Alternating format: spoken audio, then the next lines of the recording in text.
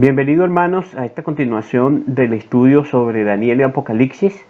En esta oportunidad entonces vamos a continuar con el estudio, iniciar el estudio del capítulo 7, de la profecía contenida en el capítulo 7. Entonces, antes de comenzar, vamos a, como es nuestra costumbre, vamos a pedir la dirección de nuestro Dios por medio de una oración. Oremos. Padre nuestro que estás en los cielos, santificado y glorificado sea tu santo y bendito nombre. Señor, en esta hora humildemente te pedimos tu dirección.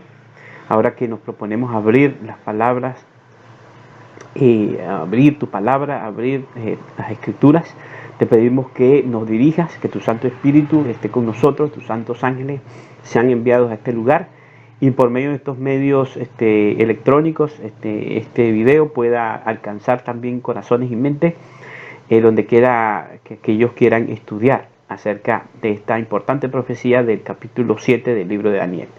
Ayúdanos a comprenderla, danos el Espíritu, Señor, también que estaba en el profeta, para que podamos entender tu mensaje y podamos entender las solemnes escenas que tú muestras o que le mostraste al profeta Daniel. Todas estas cosas las estamos suplicando, no porque haya ningún mérito en nosotros, sino en Cristo Jesús pedimos todas estas cosas. Amén.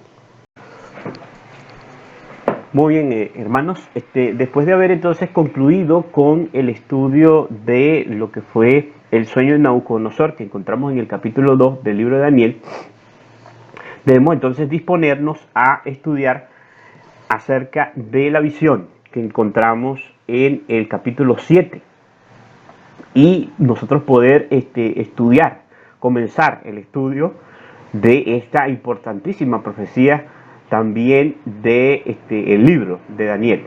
Así que entonces vamos a ubicarnos, les invito a que abran la palabra de Dios y nos ubiquemos en Daniel capítulo 7. Allí vamos a notar algo sumamente interesante en el versículo 1 y es un dato cronológico bastante interesante. En el primer año de Belsasar, rey de Babilonia, tuvo Daniel un sueño y visiones de su cabeza mientras estaba en su lecho. Luego escribió el sueño y relató lo principal del asunto. Noten lo primero que nosotros notamos en el versículo 1. Lo primero que notamos es la fecha de este sueño que tuvo Daniel. Y dice que fue el primer año de Belsasar, rey de Babilonia. En este capítulo se comienza la sección profética del libro de Daniel. Como decíamos en el tema de introducción de estos estudios, decíamos que el libro de Daniel está compuesto por dos grandes secciones, una sección histórica y una sección profética. La sección histórica comprende desde el capítulo 1 hasta el capítulo 6 del libro de Daniel, precisamente porque en estos capítulos se relata la historia de Daniel, las vicisitudes de Daniel, tanto en el reino de Babilonia como posteriormente en los primeros años del reino de los medos y los persas. Pero en el capítulo 7, desde el capítulo 7 en adelante, entonces vemos las grandes profecías que recibió Daniel. El sueño de Nabucodonosor, obviamente, la profecía del sueño de Nabucodonosor, obviamente se encuentra dentro de la sección histórica en el capítulo 2 obviamente, del libro. Pero a partir del capítulo 7 vamos a conseguir una recopilación de las visiones del profeta Daniel. Así pues, este versículo 1 nos está indicando a nosotros que fue visto este sueño por el profeta Daniel en el primer año del rey Belsasar. Cuando retrocedemos un poco los capítulos, vemos que el capítulo 5 nos habla de este rey, nos identifica este rey, que fue de hecho el último rey de Babilonia, y nos habla, nos fecha este capítulo como una fecha posterior. Es decir, el capítulo 7 precede al capítulo 5, es decir, a los eventos descritos en el capítulo 5 del libro de Daniel. Pero está en este orden dentro del libro precisamente por eso, porque los capítulos del libro de Daniel están divididos en dos secciones, histórico y profético. Aquí está comenzando la primera gran visión del profeta Daniel, o el primer gran sueño del profeta Daniel. Y entonces, por eso vemos que es el capítulo 7 y no está entre el capítulo 4 y 5, que sería el orden cronológico. Esto es importante para que nosotros entendamos la estructura, como decíamos al principio en los temas de introducción, la estructura del propio libro de Daniel. Así que esto es importante que nosotros entendamos también, porque esto es digamos, un detalle, un aspecto que la profecía nos quiere resaltar, que lo que está viendo Daniel, o lo que va a ver a continuación en este sueño, lo que le va a ser revelado por el Señor al profeta Daniel, fue dado en un tiempo específico, es decir, en un tiempo particular de la historia de Daniel, donde el último rey de Babilonia había, obviamente, pues, llegado pues, al poder y estaba por caer en pocos años después de este sueño, iba a caer el reino de Babilonia. Así que es interesante saber que ese tiempo también era un tiempo muy convulsionado políticamente en la historia del mismo profeta Daniel, y muchos de los símbolos que vamos a ver acá nos van a dar la importancia que debemos darle, la relación que debemos darle con la historia inmediata que se desenvolvía alrededor de la vida del mismo profeta Daniel. Otro detalle interesante que podemos resaltar de este versículo es claramente el hecho de que se nos presenta acá como que Daniel tuvo un sueño y visiones de su cabeza mientras dormía. Es decir, esta visión está claramente identificada, que se introduce en el libro de Daniel como obviamente una visión que fue dada en un mensaje claro, lenguaje simbólico. Es lo que queremos resaltar. Es decir, este énfasis al decir de que era un sueño y visiones de su cabeza, nos está diciendo que era una visión profética, un sueño que él tuvo, y obviamente está dado, como va a ser evidente al seguir avanzando en los textos, en un lenguaje simbólico. Esto es interesante y muy importante para nosotros ir viendo cuál es la correcta interpretación de este capítulo, de los símbolos que se dan en este capítulo y de todo el contenido de dicho capítulo. Así que vamos entonces a seguir avanzando. El versículo 2, perdón, dice: Daniel dijo: miraba yo en mi visión de noche, y he aquí que los cuatro vientos del cielo combatían en el gran mar. Noten entonces lo que dice el versículo 2. Dice que lo primero que él vio en su sueño fue que él veía que los cuatro vientos del cielo combatían en el gran mar. Ahora noten esto interesante, ¿no? Los cuatro vientos del cielo. Esta figura obviamente está hablando de forma simbólica. Estamos, como ya lo habíamos mencionado, estamos entonces introduciéndonos en una visión obviamente simbólica semejante a la que está en el capítulo 2 del sueño de Nabucodonosor, como lo vimos evidentemente. Ahora bien, se comienzan a mencionar estos símbolos. Dice que el escenario es un tanto diferente. Dice que él ve el mar, en otras palabras, él ve el mar agitado por los vientos, en este caso por los cuatro vientos. Esta es una figura usada en las escrituras con frecuencia. Ahora analicemos primeramente qué es un viento, digámoslo en singular. Analicemos ese aspecto por un momento antes de entender un poquitico mejor lo que significan estos cuatro vientos. En el hebreo, en el idioma original, la palabra que se usa para viento es ruja, literalmente aliento, o como se traduce en otras versiones de la Biblia, espíritu. Está hablando de viento, de una corriente de aire. Ahora, noten lo que nos está queriendo decir aquí. ¿Qué es estos vientos de los cuales está hablando el profeta Daniel?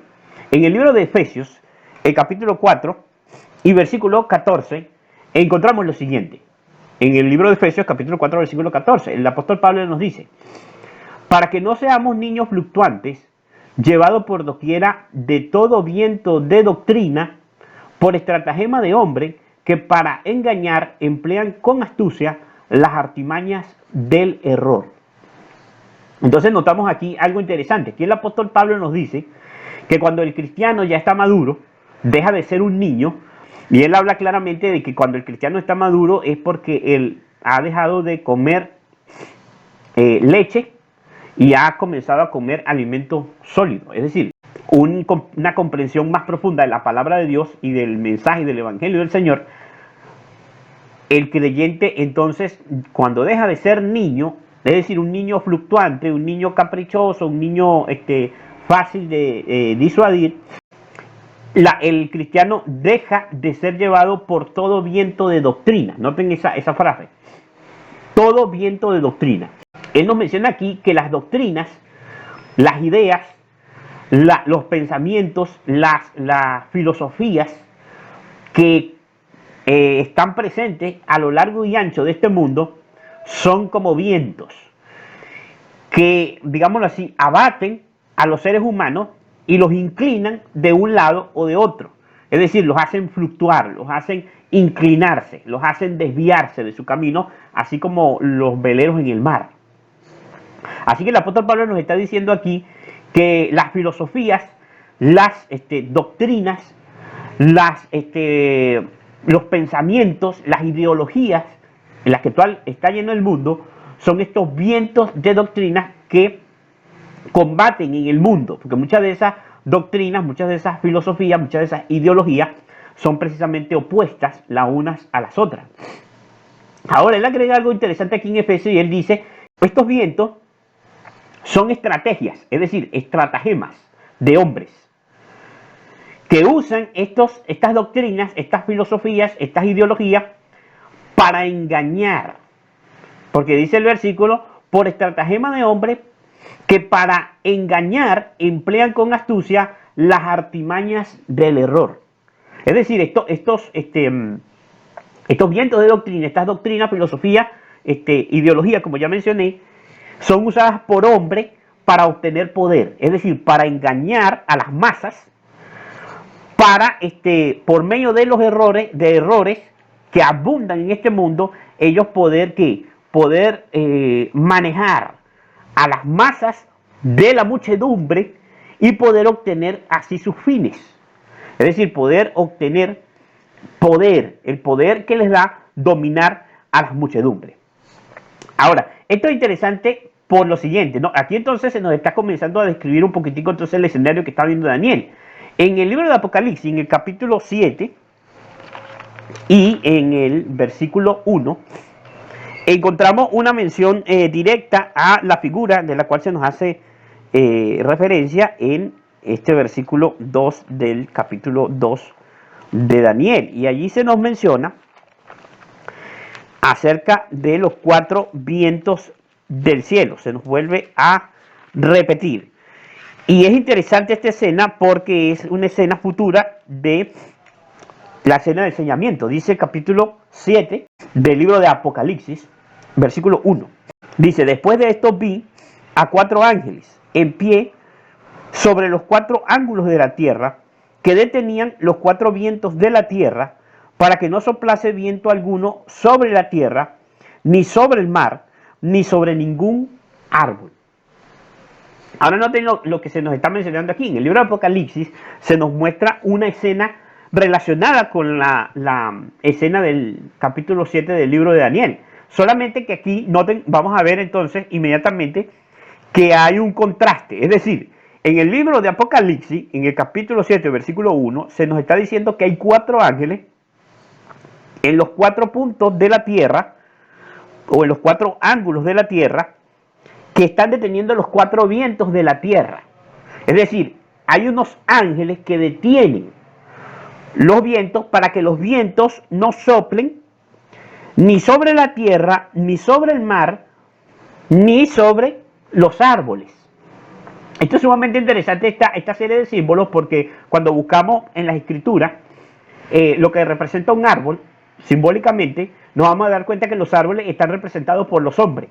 O sea, es un símbolo de los hombres, y en especial cuando son árboles firmes, árboles de montaña, como el cedro, representan a los justos, según el libro de los Salmos. Es decir, que estos vientos no debían soplar sobre los justos, sobre el pueblo de Dios, sobre los santos, ni tampoco debían soplar sobre ¿dónde? Sobre el mar, ni sobre la tierra.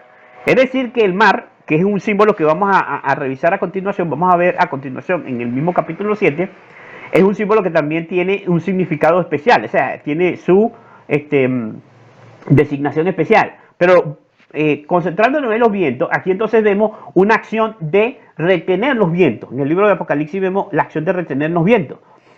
Si vemos y la comparamos con la del capítulo 7, vemos que estos 4 vientos, de los cuales nos habla el libro de Apocalipsis, son los mismos 4 vientos que ve Daniel en su sueño.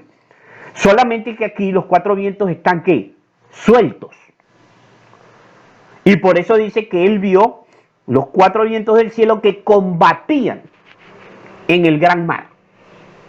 Es decir, estos vientos, estas doctrinas, filosofías, estas ideologías, estas inclusive, vamos a ver, sistemas filosóficos y religiosos que abundan en el mundo, que llenan el mundo. Noten por qué decimos que llenan en el mundo, porque estamos hablando de los 4 ángulos de la tierra. Se nos hace mención que son los 4 vientos de la tierra, haciéndonos énfasis a que son los 4 ángulos de la tierra, haciéndonos obvia referencia a los 4 puntos cardinales. Es decir, a las 4 direcciones que hay en el globo terrestre: el norte, sur, este y oeste. Esos 4 vientos vienen de todas partes de la tierra y combaten, se agitan sobre el gran mar. Ahora, entonces, volvamos a el libro de Daniel, al capítulo 2, y tratemos de entender lo que se nos estaba mencionando acá. Aquí nos dice entonces que los 4 vientos de la tierra, que son entonces, serían estas filosofías, estas ideologías, mar de ideas contrarias, combativas, que se revuelven y que revuelven el mar, o sea, que hacen que el mar, como diríamos en un lenguaje más moderno, esté picado, esté agitado, esté turbulento. Representan esa serie de filosofías y esa serie de luchas. Vamos a ver que, obviamente, cuando entonces estas filosofías agitan al mar, entonces causan conmoción. Ahora, ¿qué representa el mar? El libro de Apocalipsis, noten que el libro de Apocalipsis es obviamente la revelación del libro de Daniel. En el libro de Apocalipsis, en el capítulo 17 y versículo 15, tenemos el versículo que nos va a descifrar este símbolo del gran mar. Porque el libro de Apocalipsis, capítulo 17, versículo 15, nos dice que las aguas que has visto representan naciones, pueblos y muchedumbre. Noten cómo dice Apocalipsis, capítulo 17, versículo 15. Y me dijo también: las aguas que has visto, donde la ramera se sienta, son pueblos, muchedumbre, naciones y lenguas. Entonces, ¿qué imagen está viendo el profeta Daniel? ¿Cuál es el símbolo que se está mostrando acá? Él está viendo una época, la época precisamente donde van a aparecer posteriormente los siguientes 4 símbolos, que son las 4 bestias, que es una época donde los 4 vientos del cielo están sueltos.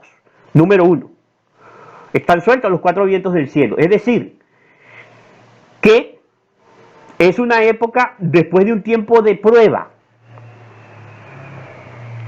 Porque en el libro de Apocalipsis veremos que el sellamiento es el que prepara al pueblo de Dios para la prueba. Y por eso los vientos son retenidos. Dios había retenido los vientos en el pueblo judío durante el ministerio de Isaías, durante el ministerio de los primeros años de Jeremías, pero cuando se acabó, ¿qué cosa? Se acabó el tiempo de gracia para el pueblo judío. ¿Qué ocurrió? Cayeron los castigos. Se fueron sueltos los 4 vientos del cielo. y comenzaron a azotar no solamente a la nación de Judea, sino a todo el mundo. Y comenzaron los grandes poderes políticos de esa época, los grandes imperios, estas grandes naciones, a guerrear la una con la otra de forma desmedida hasta que se levantó un gran imperio universal. Esta es la descripción de lo que se nos está presentando acá en el capítulo 7 del libro de Daniel. Aquí entonces se nos presenta cómo entonces esta agitación, es decir, los cuatro vientos del cielo, toda esta serie de doctrinas que llenaban el mundo, actúan sobre las masas, es decir, sobre las naciones, tribus, lenguas y pueblos. Fíjense que actúan inclusive sobre las lenguas, es decir, sobre los idiomas. Esto es muy interesante desde el punto de vista inclusive sociológico, entender cómo una filosofía permea tanto la cultura de un pueblo que puede inclusive afectar hasta sus propios idiomas. Y esas filosofías, esas formas de creer, esas formas de pensar, esas religiones y toda esta serie de doctrinas, tanto del tipo político, religioso, económico, social, agitan a las masas. Y de esas luchas, de esas contiendas que se generan a causa de estas ideologías, surgen guerras, revoluciones, es decir, levantamientos de aquellos que al recibir una doctrina sienten que deben levantarse en armas, levantarse contra los poderes presentes, ir derrocarlos. Esto es precisamente lo que nos quiere mencionar estos primeros símbolos, cuando el profeta Daniel ve a los cuatro vientos del cielo combatiendo en el gran mar. Algo adicional que podemos mencionar antes de pasar a los siguientes puntos es el hecho es lo siguiente. El gran mar, esa descripción específica, note que no dice las aguas, que salieron de las aguas, sino del gran mar. Algunos lo relacionan con que es una declaración específica del mar Mediterráneo. Porque cuando vemos mapas antiguos, el mar Mediterráneo antiguamente se le conocía como el mar grande. Entonces esta designación que ve Daniel de que estos cuatro vientos están combatiendo en el gran mar, muchos piensan que Daniel se está refiriendo al mar Mediterráneo, lo cual tiene bastante lógica porque el gran mar, si tomamos en cuenta que Daniel había estado ubicado, él había vivido en Palestina, en lo que es el territorio de Judea, de Israel, históricamente, obviamente entendemos que ellos conocían el mar Mediterráneo. Y cuando es trasladado a Babilonia, obviamente lo que conocía Daniel seguía siendo ese mar Mediterráneo. Para él lo más grande como mar era el mar Mediterráneo. Así que tiene bastante sentido. Ahora, ¿por qué esto es interesante? Porque ahora vamos a ver que van a surgir unos poderes de ese mar, es decir, del mar Mediterráneo, o sea, en relación a ese mar, que obviamente pues van a tener una relación directa con el mar Mediterráneo. Los poderes que van a surgir, los poderes que van a aparecer allí. Ahora bien, quiero que leamos algunas citas del Espíritu Profecía para entender un poquitico más este punto de los vientos y de las doctrinas. Noten como dice la mensajera del Señor en el conflicto de los siglos, la página 435. Ella dice: los grandes reinos que han gobernado al mundo le fueron presentados al profeta Daniel en forma de fieras o de bestias que surgían mientras los cuatro vientos del cielo combatían en el gran mar. Daniel 7:2. En Apocalipsis 17, un ángel explicó que las aguas representan pueblos y naciones y lenguas. Apocalipsis 17:15. Los vientos, dice la mensajera del Señor, los vientos simbolizan luchas. Los cuatro vientos del cielo que combatían en el gran mar representan los terribles dramas de conquista y revolución por los cuales los reinos alcanzaron el poder. Entonces noten lo que ella dice claramente aquí. Ella dice que los vientos que vio Daniel, que estaban luchando, combatían en el gran mar, simbolizan los grandes dramas de conquista y de revolución por los cuales los reinos que vamos a ver a continuación, que surgen de esas revoluciones y de esas conquistas surgieron. O sea que esa agitación de las naciones, de los pueblos y de las lenguas, ocasionada por estas filosofías, ideologías, religiones y doctrinas, trajeron como consecuencia el levantamiento de estos imperios mundiales. Esto es sumamente importante desde un punto de vista, digámoslo así, de análisis histórico, porque nos permite ver que todas estas grandes naciones surgen cuando se agitan estas ideas sobre las masas, es decir, sobre las muchedumbres. Se levantan estos grandes imperios, las grandes naciones de la historia, de hecho todas, casi todas, para no decir, no ser impreciso, se han levantado precisamente después de una agitación de ideas, de una agitación de filosofías políticas, religiosas o sociales. Ahora, noten, hay otra declaración de la mensajera del Señor, aquí encontramos en Maranata, página 148, dice así: las falacias de Satanás se están multiplicando hoy en día, y los que se desvían del sendero de la verdad perderán su estabilidad. No teniendo nada en qué anclar, andarán a la deriva de un engaño a otro, impulsados por los vientos de doctrinas extrañas. Satanás ha descendido con gran poder, muchos serán engañados por sus milagros. Ahora noten, entonces lo que dice aquí en este caso la mensajera del Señor, comentando Efesios 4:14, ella nos dice que hay muchos que no tienen un ancla. Es decir, quiere decirnos la mensajera del Señor que están en el mar, no, son como barcos en el mar, no tienen un ancla. Y entonces son víctimas de qué, están a la deriva, van de aquí para allá sin poder corregir el rumbo, porque son azotados o impulsados por los vientos de doctrina que Satanás está diseminando en el mundo. Entonces esto es sumamente importante que nosotros entendamos. Y hay una cita final que quisiera que leyéramos, porque es significativa. Dice, esta es una declaración del libro Maranata, página 175, dice: 4 ángeles poderosos siguen reteniendo los 4 vientos de la tierra. Así se impide que se desate la terrible destrucción en su plenitud. Los vientos serán el levantamiento de las naciones para librar una guerra mortal. Mientras tanto, los ángeles retienen los 4 vientos, impidiendo que el tremendo poder de Satanás se desate en todo su furor hasta que los siervos de Dios sean sellados en su frente. Aquí entonces nosotros vamos a ver en el libro en el capítulo 7 del libro de Daniel, vamos a ver la historia de cómo los vientos en el tiempo de Daniel fueron sueltos, fueron soltados. Se les permitió a los 4 vientos azotar el mundo. Y cómo vamos a ver que el resultado de esto fue el levantamiento de estos 4 imperios universales, que vamos a ver a continuación, representados en estas 4 bestias que Daniel va a ver de aquí en adelante. Entonces, noten entonces lo que se nos está mencionando.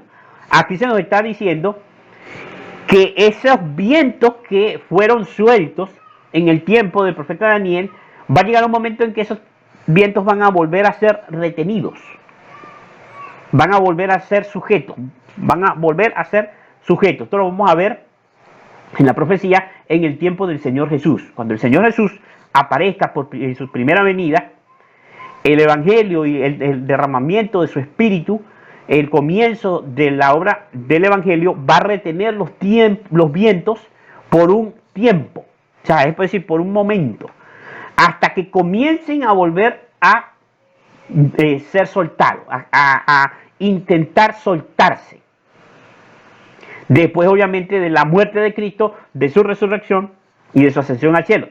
Esto nos lo presenta la profecía precisamente de Daniel y de Apocalipsis.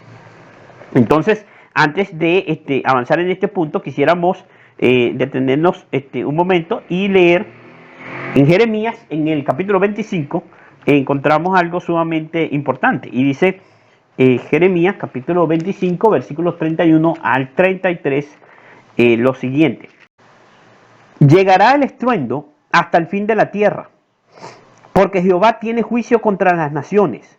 Él es el juez de toda carne. Entregará a los impíos a espada, dice Jehová. Así ha dicho Jehová de los ejércitos. He aquí que el mal irá de nación en nación. Grande tempestad se levantará de los fines de la tierra.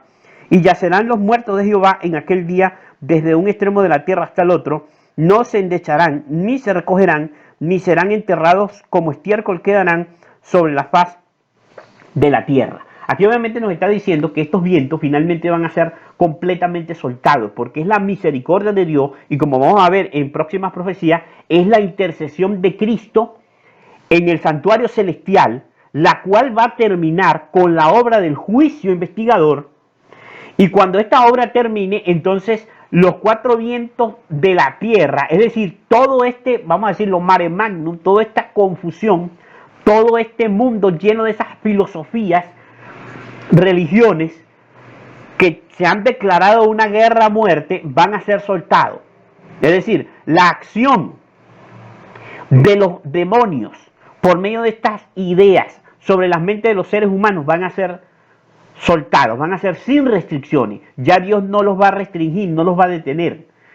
Y esta destrucción que va a venir, nación contra nación y reino contra reino, como dijo Cristo, que se habría de ver en los últimos días, este espíritu de guerra que va a envolver al mundo, de conflicto, de guerra de todo tipo, de tipo social, de tipo religioso, del tipo político, ideológico, de toda clase va solamente a desencadenar una escena de sangre que va a llenar el mundo, que solamente va a ser detenida con la aparición de Cristo en las nubes de los cielos. Es decir, que el profeta Daniel comienza describiéndonos lo que va a ser el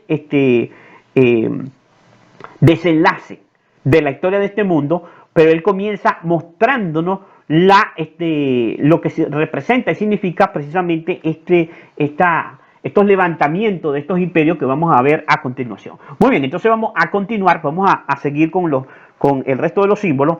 Notemos entonces allí en el capítulo 7, en el versículo 3, nos dice: y cuatro bestias grandes, diferentes la una de la otra, subían del mar.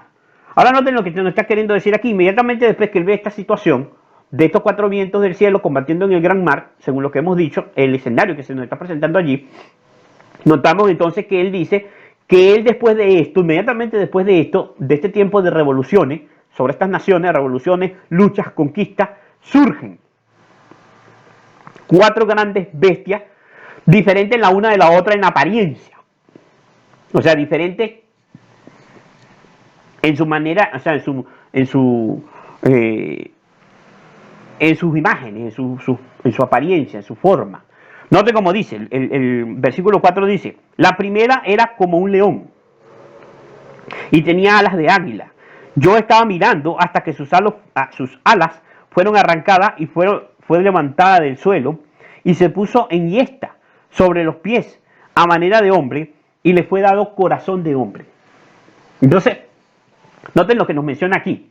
Aquí se nos menciona que entonces Daniel comienza a ver inmediatamente después estas bestias y que ve que son diferentes la una de la otra. Dice que la primera que ve es un león con dos alas de águila. Obviamente no es un símbolo, no es un león literal, o sea, real. Sale del mar, que es obviamente otro símbolo, porque es una imposibilidad. Sale del mar agitado. Este león con dos alas. Dice que este león en un momento llega a sus alas son arrancadas y posteriormente dice que es puesto sobre el suelo y él se coloca enhiesta, es decir, en dos patas a manera de hombre. Es decir, que esta bestia, que obviamente es un león, una fiera, un animal salvaje. De hecho, el león es el principal, según la Biblia, es el principal de todos los animales. Es decir, que es como decir, este león es como decir en el orden de los metales, es como decir el oro. Porque este es el animal que es la cúspide de los animales, según nos dice el registro bíblico, que el león es el principal de todos los animales. Ahora, este león dice que en un momento entonces se pone enhiesta a manera de hombre y finalmente le es dado un corazón de hombre. Ahora, Obviamente este símbolo se está refiriendo a qué. En el tiempo de Daniel, como vimos en el capítulo 2, cuando él interpreta el sueño de Nabucodonosor, él dice y él señala que Nabucodonosor en ese momento era el rey de reyes y señor de señores, es decir, era el que tenía el imperio universal. Es decir, Babilonia era el imperio que estaba vigente en el tiempo de Daniel.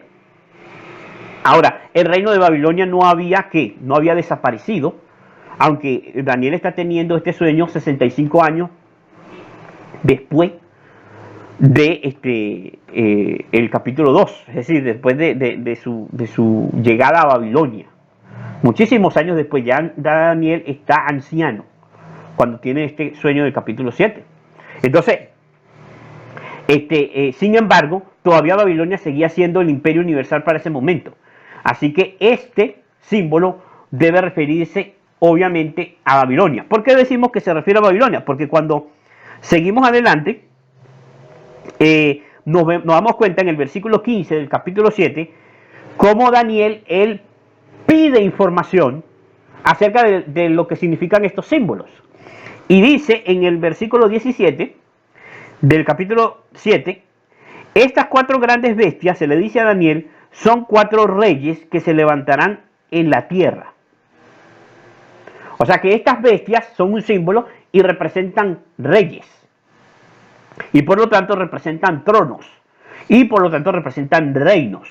Al igual que representaban los metales en la en la imagen del capítulo 2 del libro de Daniel, del sueño de Nabucodonosor. Así como los metales representaban reinos, estas bestias representan reinos. Así que esta profecía obviamente se nos menciona que es paralela a la del capítulo 2, es decir, el león representa a Babilonia. Y vamos a confirmarlo con algunos textos. Vamos a Jeremías, Jeremías capítulo 4, versículos 5 y 6, y vamos a ver allí qué se nos menciona. Jeremías capítulo 4, versículos 5 al 7. Anunciad en Judá y proclamad en Jerusalén y decid, tocad trompeta en la tierra, pregonad, juntaos y decid, reuníos y entrémonos en las ciudades fortificadas. Alzad bandera en Sión, huid, no os detengáis, porque yo hago venir mal del norte y quebrantamiento grande. El león sube de la espesura y el destruidor de las naciones está en marcha y ha salido de su lugar para poner tu tierra en desolación, tus ciudades quedarán asoladas y sin morador. Entonces noten lo que está diciendo el mensaje del profeta Jeremías, ¿cuál era? Entren a la ciudad, anuncien que deben entrar a refugiarse en las ciudades fortificadas, porque ¿qué? Se ha levantado el león que viene del norte. Es decir, era el rey del norte. El rey del norte era, en el tiempo del profeta Jeremías, era Babilonia. Porque Babilonia iba a tener que conquistar, iba a entrar a la tierra de Palestina por el área del norte. Van a tener que rodear todo el desierto de Arabia, iban a tener que tratar de llegar, o esa era la forma de entrar, por el norte de Judea o de Israel, y esa era la dirección en que invadían o que invadió en su campaña Nabucodonosor. Así que aquí el profeta Jeremías, que es un profeta que estuvo presente en la invasión y en la destrucción de Jerusalén, y estuvo en los acontecimientos relacionados con estas 3 incursiones del ejército babilonio a Judea, y estas campañas donde fueron llevados muchos cautivos a Babilonia. El profeta Jeremías fue testigo de esto, y él estaba precisamente inspirado por el Señor, anunciando que esta nación, Babilonia, se iba a levantar como un león y ya estaba amenazando a Judea desde el norte. Ahora nosotros entendemos que la Biblia entonces nos está mencionando claramente esto. En el mismo libro de Jeremías, si queremos confirmar un poquito más, leemos en el capítulo 50 lo siguiente, en el versículo 44 y 45. Dice así: he aquí que como león subirá de la espesura. Pero claro, antes de eso decía de la siguiente manera, vamos a leerlo completo, ¿no? Oyó la noticia el rey de Babilonia y sus manos se debilitaron, angustia lo tomó, dolor como mujer de parto. He aquí que como león subirá de la espesura del Jordán a la morada fortificada, porque muy pronto la haré huir de ella y al que yo escoja la encargaré, porque ¿quién es semejante a mí y quién me emplazará? ¿O quién será aquel pastor que podrá resistirme? Por tanto, oí la determinación que Jehová ha acordado contra Babilonia y los pensamientos que ha formado contra la tierra de los caldeos. Ciertamente a los más pequeños de su rebaño los arrastrarán y destruirán su morada con ellos. Al grito de la toma de Babilonia, la tierra tembló y el clamor se oyó entre las naciones. Dice acá que la figura del león estaba relacionada con Babilonia, no solamente cuando se levantara y conquistara lo que era el mundo conocido para ese entonces, sino cuando comenzara en su declive, es decir, cuando comenzara la caída de Babilonia, se iba a ver este juicio a causa de sus conquistas o del carácter que había manifestado durante sus conquistas. Entonces noten esto interesante. Algo que debemos mencionar acá antes de avanzar en el siguiente símbolo es el hecho, mis hermanos, que ¿por qué la Biblia está entonces, vamos a decirlo, porque llegamos a la conclusión evidente de que esta profecía entonces de profeta del capítulo 7 de Daniel es paralela a la visión del capítulo 2, es decir, al sueño de Nabucodonosor, porque comienza hablándonos de Babilonia. Este león entonces representa a Babilonia. Entonces, ¿por qué estas dos profecías son paralelas? Obviamente, el Señor nos está queriendo mostrar que debemos analizar y entender muchísimo mejor los acontecimientos históricos relacionados con el surgimiento de estos reinos. El Señor no repite nada si no es importante. Y si lo repite, es porque desea que su pueblo analice y entienda estos hechos. Es por eso, hermano, que algunos podrán pensar, ¿por qué hablar con tanto detalle, de forma tan minuciosa, de estos acontecimientos históricos que, si bien son relevantes para la historia, bueno, son acontecimientos que ocurrieron hace muchos años y que parecieran no tener ninguna relevancia con nosotros? Pues todo lo contrario, hermano. Y estamos completamente equivocados de llegar a esas conclusiones. Si el Señor lo repite, y vamos a ver a lo largo del el estudio del libro de Daniel que no solamente lo repite 2 veces, sino que lo repite 4 veces. La misma línea profética del capítulo 2 es analizada en el capítulo 7, como estamos comenzando a ver, la vamos a volver a analizar en el capítulo 8 y en el capítulo 11 del libro de Daniel. Ahora cualquiera podría decir, bueno, pero ¿por qué no avanzar en otros acontecimientos históricos en el futuro, sino repetir? Obviamente el Señor quiere que nosotros entendamos los acontecimientos relacionados. Y por eso esta profecía añade detalles adicionales a la historia que ya conocemos, que fue descrita en la visión dada a Nabucodonosor, el sueño dado a Nabucodonosor.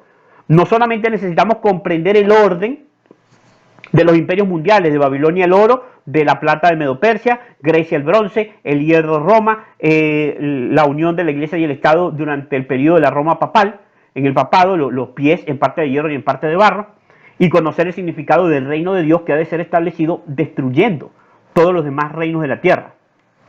No solamente debemos entender eso, sino que debemos entender algo sumamente importante del carácter de estos reinos o de estos imperios universales que han de levantarse o se han levantado a lo largo de la historia. Aquí se nos presenta esta visión desde el punto de vista de Daniel. La visión que vio Nabucodonosor, es decir, el sueño que tuvo Nabucodonosor de la imagen, fue un sueño dado a un rey pagano. Y por eso se representa a los reinos como un ídolo, es decir, como una imagen. Porque la gente tiende, el que no tiene conocimiento de Dios, y esto lo digo de esta manera para que podamos tal vez hacer una aplicación a nuestros días. El que no tiene conocimiento de Dios, el conocimiento de su palabra, el conocimiento de la verdad, ve a las naciones como ídolo, la idolatra, es decir, la honra, alaba su grandeza, alaba la grandeza de las naciones, la grandeza, lo que llaman el patriotismo. El pueblo de Dios no lo ve así. Y por eso a Daniel, cuando Daniel tiene su sueño, que noten que el sueño es a Daniel, en el capítulo 7, el sueño lo tiene Daniel, no Nabucodonosor. Las naciones no son presentadas como un ídolo, son presentadas con el carácter que el cielo les da, como fieras, como bestias, como depredadores, crueles y salvajes. Ese es el verdadero carácter de estas naciones, como animales perseguidores, animales implacables y animales que se alimentan de otras naciones, es decir, de otros animales, de otras bestias. Ese es el verdadero carácter que le muestra, porque es el carácter que debe entender y que debe comprender un siervo de Dios, en este caso Daniel. A él le fue dado este símbolo para que él pudiera entender la naturaleza de estos reinos, la naturaleza en este caso de Babilonia. Y fíjense lo interesante que entonces se nos menciona aquí, más allá de ese punto. Noten entonces, aquí se nos menciona algo interesante. Dice que ese león tenía alas de águila. Obviamente las alas de águila representan ¿qué? Rapidez. O sea que este león no solamente tenía la rapidez de un león normal, sino que volaba prácticamente. Es decir, que si este león representaba a Babilonia, y Babilonia se había levantado en medio de esa convulsión de guerra y de conquista y de revoluciones, las alas representan ¿qué? La rapidez de ¿qué? La rapidez de su conquista, la rapidez con la que llegó a su poder. Esas alas representan la rapidez en que esta fiera, este reino, este imperio, logró constituirse como el imperio universal. Ahí en un momento se le arrancaron las alas. Es decir, que esta nación primeramente se caracterizó por esa rapidez del conquistar, pero a medida que pasó el tiempo perdió esa rapidez de conquista, perdió algo de su ferocidad, perdió algo de esa eficacia que había tenido en sus primeros años para dominar el mundo. Fíjate, esto es sumamente interesante porque esto es lo que nosotros estamos viendo en nuestros tiempos. ¿Y qué pasó después? ¿Cómo comenzó a debilitarse y cómo describe la profecía que comenzó a debilitarse el reino más grande, según nos dice la Biblia, que existió sobre este mundo? El reino, estamos hablando de reino pagano, o sea, de un reino gentil. Más grande, la nación más grande que existió sobre la tierra fue esta Babilonia. ¿Cómo fue que fue destruida? Porque nos lo representó el capítulo 2 como el oro y ahora nos representa como el mayor de todos los animales, el león. Ahora, ¿cómo fue destruida? ¿Cómo perdió ese reino su magnificencia? Bueno, aquí dice que comenzó a querer darle al reino una forma de un hombre. Dice que comenzó a querer ponerse en forma de hombre. Y finalmente le fue dado el corazón de hombre. Ahora, fíjense, esto es sumamente interesante. Esta nación perdió su poder, se debilitó, cuando esta nación intentó hacer de un hombre el centro de esa nación y la fuerza de esa nación. Ellos tomaron a un hombre, intentaron hacer que todo el reino dependiera de la figura de un hombre, de su dirigente principal. Pero no se dieron cuenta que al hacer esto, al tratar de convertir esa fiera que había sido indomable, que había sido avasallante, que había conquistado, tratar de centralizar todo el poder en un hombre, iban a debilitar el reino. Porque al tratar de convertirlo en un hombre, iban a también hacerlo débil. Porque al tratar de asumir la forma de un hombre, iba también a asumir la debilidad del hombre, que es el corazón del hombre. Le fue dado un corazón de hombre. Y así nos describe la Biblia cómo esta nación se corrompió en ese deseo de hacer al hombre el centro de toda una nación y de todo un imperio, de querer engrandecerlo y de querer casi convertirlo en una deidad. Lo que hicieron fue debilitar el reino. Y esta idea lo que hizo fue corromper el reino hasta que nosotros vemos en la historia de la sección profética del libro de Daniel cómo Belsasar, que fue el último rey de Babilonia, mientras debía estar combatiendo, mientras debía estar preparando la ciudad para su resistencia, para resistir el ejército invasor que tenía en sus puertas, mientras debía estar haciendo estrategias militares, era en borrachera, en banqueteo, y así fue que lo llevó no solamente al final de él como rey, porque dice el capítulo 5 del libro de Daniel, que esa misma noche fue muerto Belsasar, cuando cae Babilonia, en manos de los medos y los persas, que es el siguiente imperio que vamos a ver, el oso, que viene a continuación. Este, vemos cómo estaba tan debilitado el imperio de Babilonia que mientras ellos debían estar en la muralla protegiendo su ciudad, estaban en un banquete, estaban en una orgía. Y allí entonces reciben la condenación. Entonces, noten esto, es sumamente importante porque hay muchas grandes lecciones que extraer de esa manera en cómo se desarrolló la historia de este primer imperio, de este león de Babilonia, porque son lecciones que todavía hoy en día son aplicables y que haríamos bien en analizar con mucho más detenimiento, porque sin duda nos traen grandes lecciones. Grandes lecciones nos trae precisamente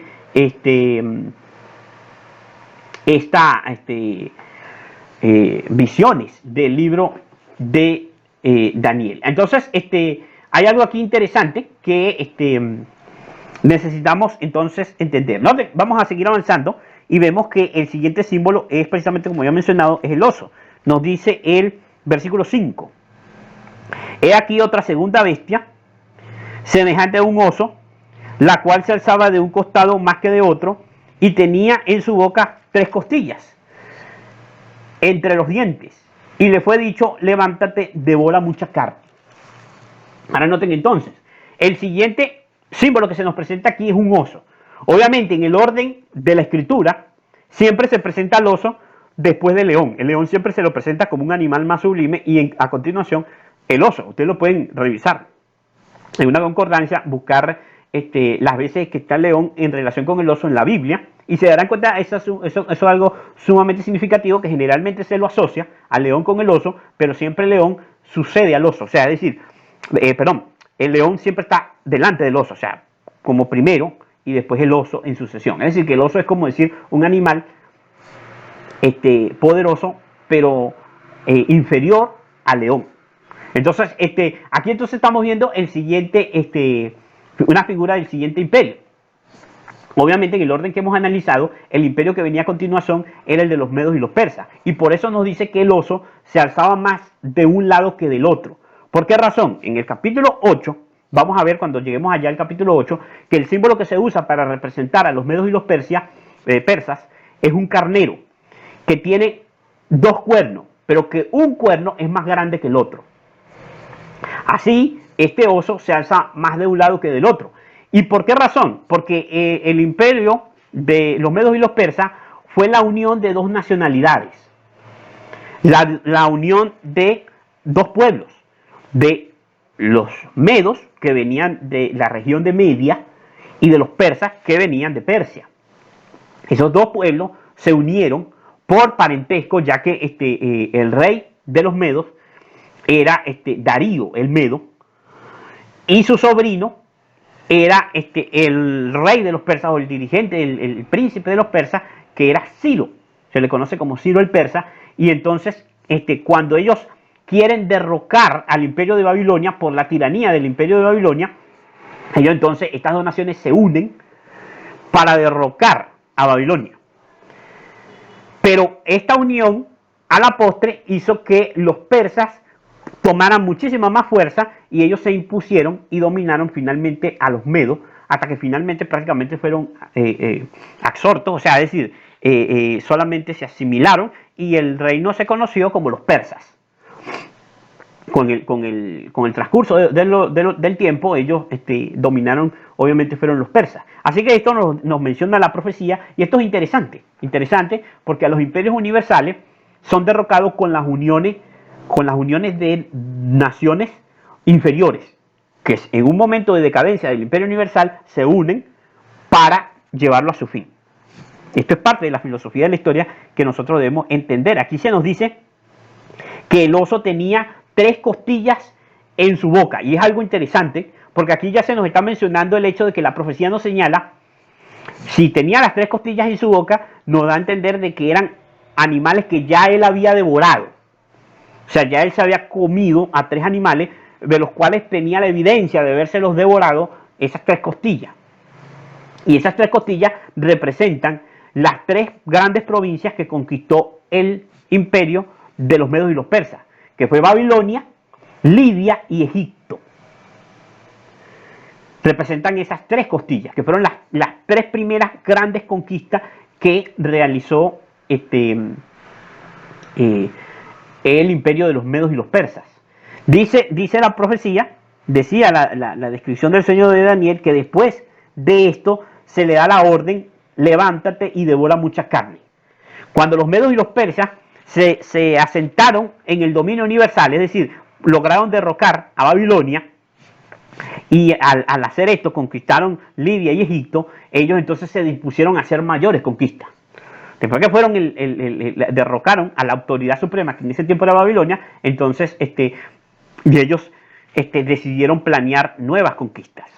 Y allí, expandiéndose en esa expansión de conquista, es que vamos a ver la aparición del nuevo símbolo, o sea, o del siguiente símbolo, o del nuevo imperio universal para esa época, que es el que encontramos en el siguiente versículo, donde nos dice el versículo 6, dice: después de esto miré, y aquí otra semejante a un leopardo, con 4 alas de ave en sus espaldas.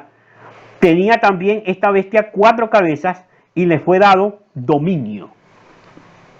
Ahora noten, aquí vemos entonces la aparición de Grecia. Noten, esto es interesante. Cuando Persia empieza a expandirse, empieza a tratar de conquistar, mira a Macedonia, mira a Grecia, y entonces lo ve como un objetivo de conquista, y se lanza a conquistar Macedonia. Pero en esa aparente conquista se levantan los griegos, y después de detener la invasión, entonces los griegos se lanzan a la conquista de los medos y los persas para detenerlos, hasta que finalmente destruyen a los persas. Entonces aquí aparece el siguiente símbolo, que es el leopardo, que representa a Grecia. Dice que este es un leopardo, noten, es un animal muchísimo más rápido, muchísimo más ágil, es decir, es un animal que está caracterizado precisamente por esto. Dice que tiene 4 alas. En vez de las 2 alas que tenía Babilonia, este tiene 4 alas, es decir, que la rapidez de su conquista fue muchísimo mayor que la de ningún imperio anterior. O sea, la forma como conquistó no tiene parangón en comparación ni a Medo-Persia ni a Babilonia. Este imperio iba a conquistar de una manera muy rápida, y de hecho fue durante la vida de Alejandro Magno. Él se lanzó a la conquista y conquistó la mayor extensión, hasta ese momento, la mayor extensión del mundo conocido.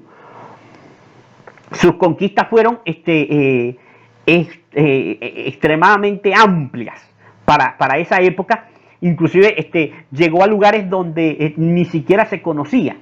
Se sabía si había civilizaciones, si había naciones, y conoció culturas e idiomas increíbles, porque la ambición de Alejandro Magno en cuanto a sus conquistas era excesiva, y él quiso conquistar, no quería detenerse de conquistar tierra.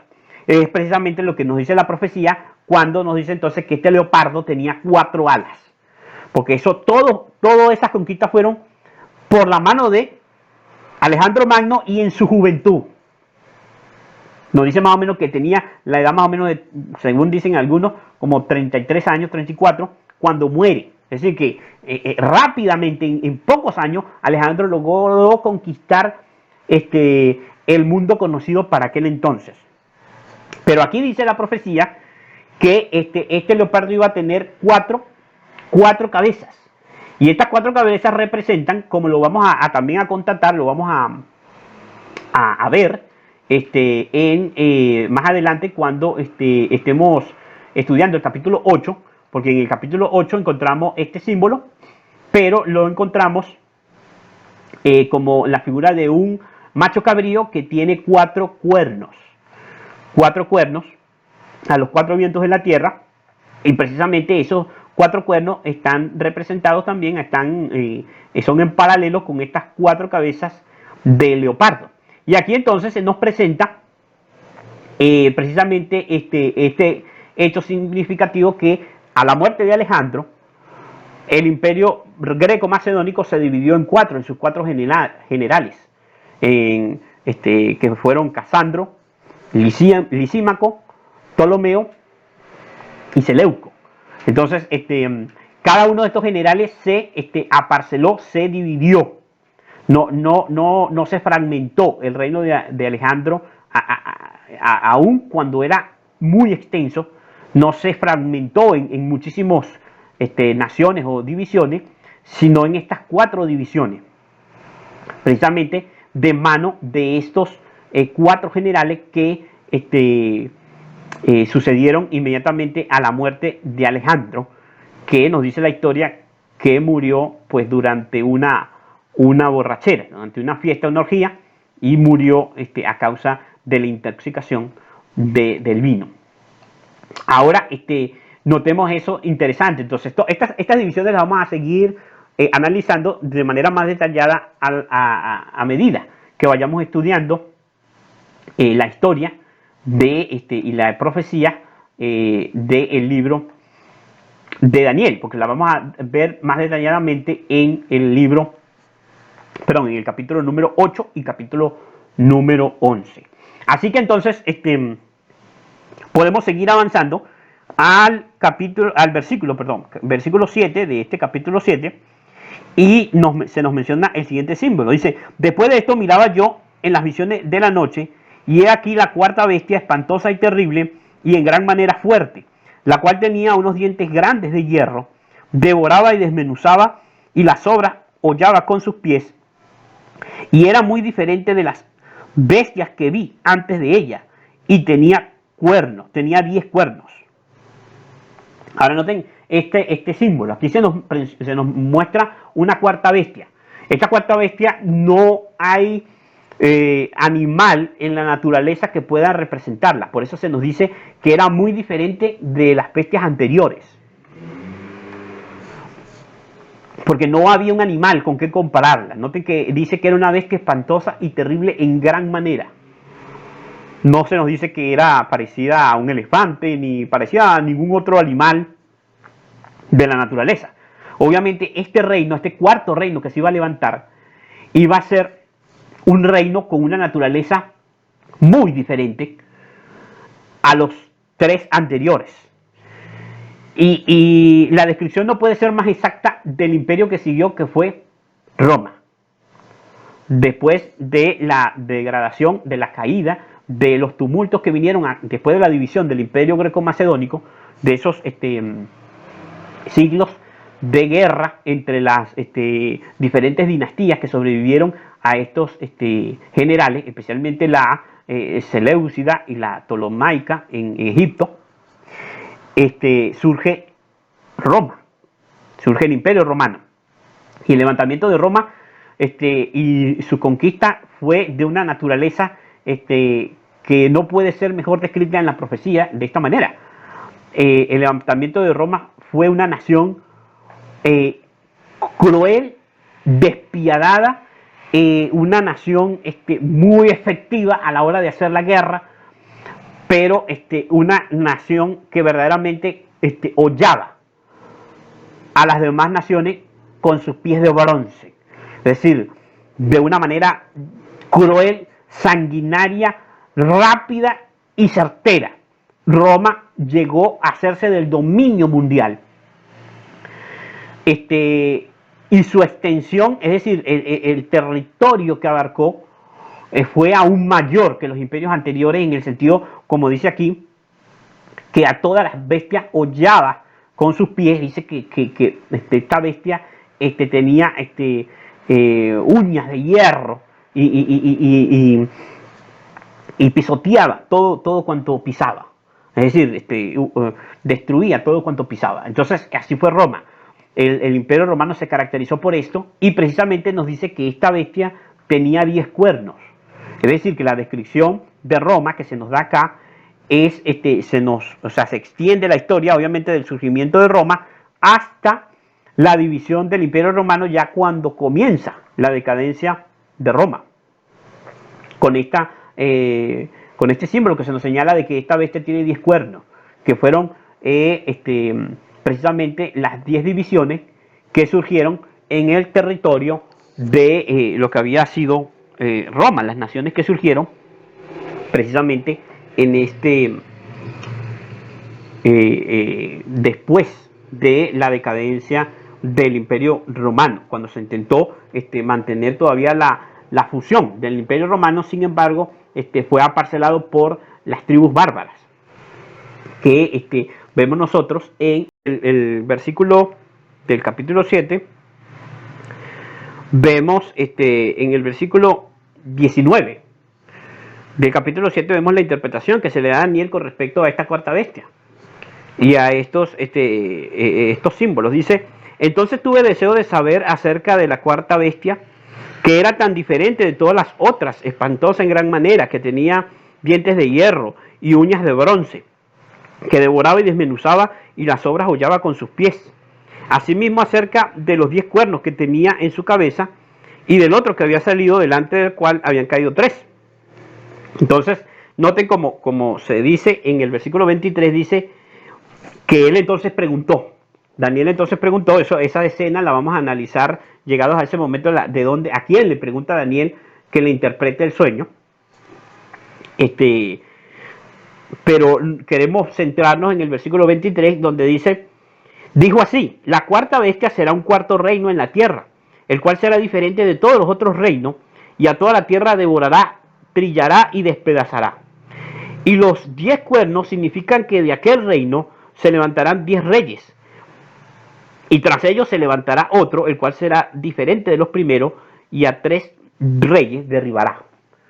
Entonces, notamos, como decía la profecía, que en el versículo 8 decía: mientras yo contemplaba los cuernos, he aquí que otro cuerno pequeño salía entre ellos, y delante de él fueron arrancados 3 cuernos de los primeros, y he aquí que este cuerno tenía ojos como de hombre y una boca que hablaba grandes cosas y blasfemia. Es decir, que en medio de esta división del Imperio Romano, en estas 10 naciones, a causa de estas 10 invasiones bárbaras, de estas 10 tribus bárbaras que posteriormente se convirtieron en las naciones de Europa, en medio de ese tumulto y de esa división, comienza a surgir el cuerno pequeño, que es el poder más temible de todos estos descritos, ¿no? Como ya hemos mencionado. Y dice la profecía, decía la interpretación, pues que entonces esta cuarta bestia sería un reino diferente a los reinos anteriores. Es sumamente importante esto, porque aquí ya se nos está mencionando, noten, primero, la cuarta bestia es diferente a las otras bestias. Y después se nos dice que la bestia tiene 10 cuernos, y que de entre esos 10 cuernos sale un cuerno pequeño, que es diferente a los 10 cuernos.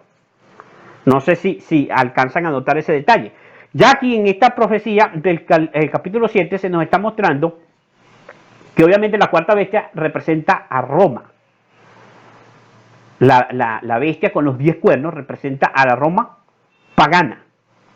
En el momento que comienza a surgir el cuerno pequeño, entonces ella cambia de fase.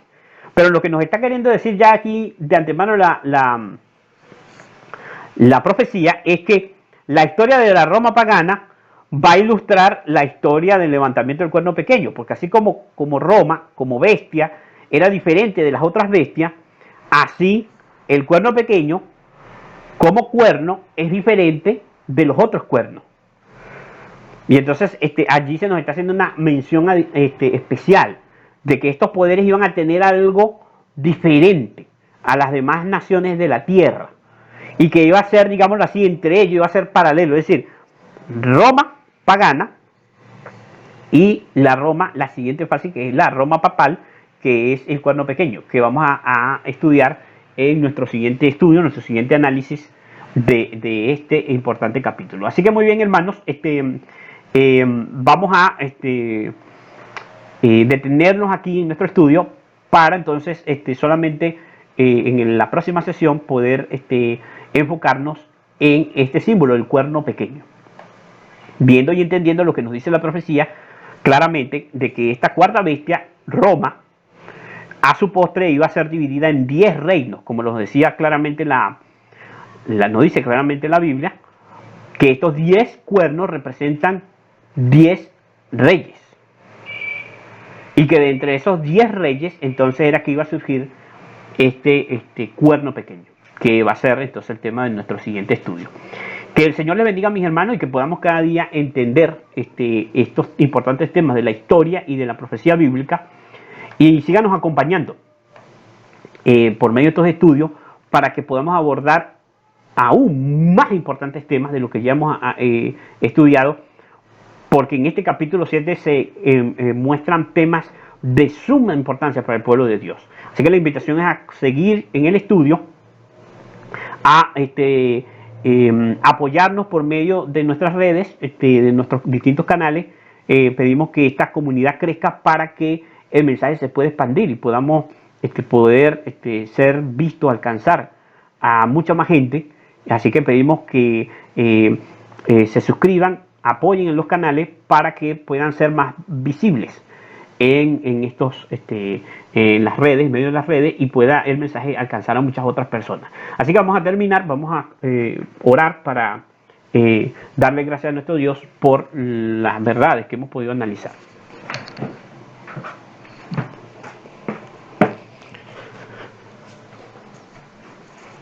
Oremos. Padre nuestro que estás en los cielos, santificado y glorificado sea su santo y bendito nombre. Gracias, Señor, por habernos permitido poder entender esta importantísima visión, este sueño del profeta Daniel en el capítulo 7. Gracias, Señor, por estas grandes verdades que tú revelas a tu pueblo por medio de estos símbolos, y cómo el levantamiento de estos grandes imperios universales nos muestra cuál es la verdadera filosofía de la historia. Cómo tú miras a las naciones, cómo tú las pesas en tu balanza, y cómo tú has guiado la historia y el desenvolvimiento de la historia a través de los siglos.